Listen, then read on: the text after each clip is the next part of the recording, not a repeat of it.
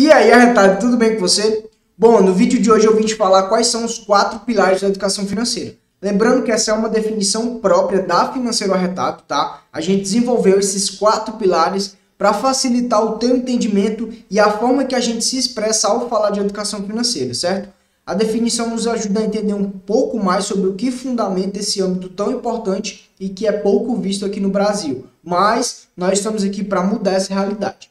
Então, quais são os 4 pilares da educação financeira? Bom, o primeiro deles seria a parte de finanças pessoais, certo? O segundo é ali a parte de finanças comportamentais. O terceiro seria o âmbito de economia, né, essa área econômica. E, por fim, a parte de investimentos. Qual que é a ideia aqui? Por que tem essa pessoazinha ali do lado? Aqui dentro da Financeiro, a gente considera que para que um indivíduo ele seja considerado educado financeiramente, seria interessante que ele soubesse pelo menos o básico sobre finanças pessoais, finanças comportamentais, economia e investimentos. Tá? Dado que ele tem o domínio desses assuntos, ou pelo menos entende, tem uma noção, isso eu tenho certeza que já mudaria a realidade de pelo menos milhões de brasileiros. A gente não vê educação financeira em praticamente nenhum âmbito da nossa vida.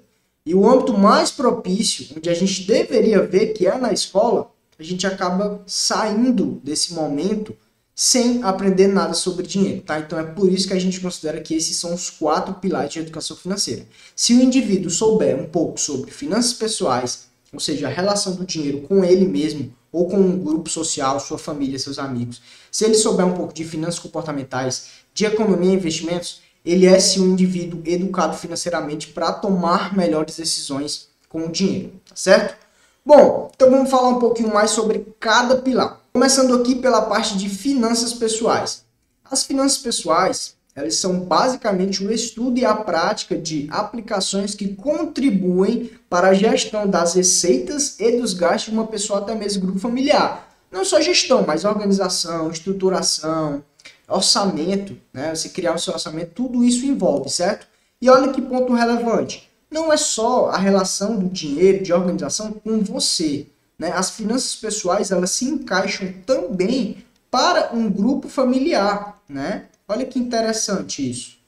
Você consegue aplicar, você consegue mudar, por exemplo, a dinâmica da sua família ou do seu grupo de amigos. Isso é muito interessante e muito relevante, tudo bem? A gente sempre gosta de repassar isso. Bom, a parte de economia é basicamente a ideia de você ter conhecimento sobre macro e microeconomia. A macroeconomia é algo mais expandido, né? Uma relação entre países, estado, do sistema financeiro de um país. E a micro já entra na parte de relação entre agentes, né? O indivíduo comprador, o indivíduo vendedor, oferta, demanda, tá? Basicamente isso. Saber como funciona a economia do país, como eu já falei, relações externas, né? Políticas monetárias, fiscais, políticas cambiais, tá? Você entender como isso afeta os seus investimentos, a sua vida pessoal, tudo bem? Essa é a estruturação que a gente tem para o conhecimento, né? Uma pessoa ter o conhecimento sobre economia. Investimentos, que é você também ter o conhecimento básico sobre como usar o seu excedente de capital, essa palavrinha aqui, né, enfim, quase que uma frase é bem relevante, porque excedente de capital é aquilo que sobra da sua renda, né? Dado que você realizou todos os seus gastos, você normalmente aloca, né, um indivíduo racional, ele vai poupar esse excedente de capital, economicamente falando, tá? Em renda fixa e renda variável. O objetivo pode ser você aumentar ou manter o seu valor patrimonial, tudo bem? Finanças comportamentais é a área que estuda, então, ali os efeitos e os fatores psicológicos, sociais, cognitivos, emocionais e de fatores econômicos nas decisões de indivíduos e instituições. Poxa, João Lucas, que negócio difícil. Pessoal, finanças comportamentais traz a ideia de você entender a racionalidade dos agentes da economia. Poxa, por que tal empresa fez ou caminhou para esse tipo de marketing? Poxa, por que esse cara que eu estou tentando vender... ou por que o mercado, né, enfim, trazendo para o âmbito maior, por que o mercado está tomando tal decisão? Por que está todo mundo indo para a renda fixa? Qual que é a racionalidade por trás disso? Então, é você entender o pensamento racional dos indivíduos. Quando você entende isso, isso vai te dar uma vantagem competitiva muito grande, porque é como se você conseguisse ver o cenário de fora, dado que você é um indivíduo racional. né? Indivíduos racionais tendem a querer maximizar seus lucros e minimizar suas despesas, né? Os seus custos. Dentro desse âmbito de investimentos, a gente busca sempre estar caminhando para bons investimentos, para ativos que te dêem uma boa remuneração, né? E está se afastando, por exemplo, de um efeito manada, que é onde todo mundo está indo. Quando você tem, por exemplo, conhecimento de finanças comportamentais, você consegue perceber quando que você está entrando em um possível efeito manada e consegue frear aquilo, né? Evitando prejuízos, minimizando os custos, como eu falei para você, tudo bem? Essa é a ideia básica. E para terminar, perceba que todos esses pilares eles se interligam, porque pensa comigo, um cara que tem as finanças pessoais organizadas, FP aí, eu vou colocar, tá? Esse cara, ele vai ter um excedente de capital, ou seja, dado que ele consegue organizar suas finanças, ele possivelmente também vai conseguir investir. Então aí entra no âmbito de investimento, tá? Esse cara, ele vai ter aquele excedente de capital, ele vai ter o pensamento, o mindset de investir, né? Poxa, eu tive ali eu consegui ali no final do mês, sei lá, R$200 para investir. Eu vou tentar manter esses aportes mensais de R$200, tá? Olha só, ele teve a parte de finanças pessoais organizadas, isso permitiu que ele investisse e, olha que interessante, se ele tiver um conhecimento de economia, ele vai conseguir perceber qual que é a realidade do país. Por exemplo, recentemente a gente teve e está tendo ainda um aumento na taxa de juros, né? Ou seja, a renda fixa está se tornando mais atrativa, porque as pessoas estão começando a entender que, poxa, por que eu vou correr um risco na renda variável se a renda fixa está me remunerando algo próximo, sem tanto risco? Ou seja, está me remunerando mais sem tanto risco.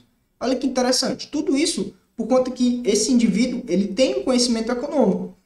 E unindo o seu conhecimento econômico com o seu conhecimento de finanças comportamentais, ele pode muitas vezes fazer o que eu falei lá atrás. Ele pode evitar cair um efeito manada. Poxa, será que realmente agora é a hora de eu ir para a renda fixa? Poxa, está todo mundo indo para lá, né? A gente tem a renda variável aí como uma oportunidade. Será que não? Muitos enxergam assim. Nesses períodos de baixa da bolsa, as pessoas enxergam como uma oportunidade. Né? Significa o quê? Que o mercado ele está muito pessimista, ou seja, as pessoas estão com medo do que vai acontecer no futuro. Né? Então elas tendem a sair da bolsa, tendem a vender os seus ativos.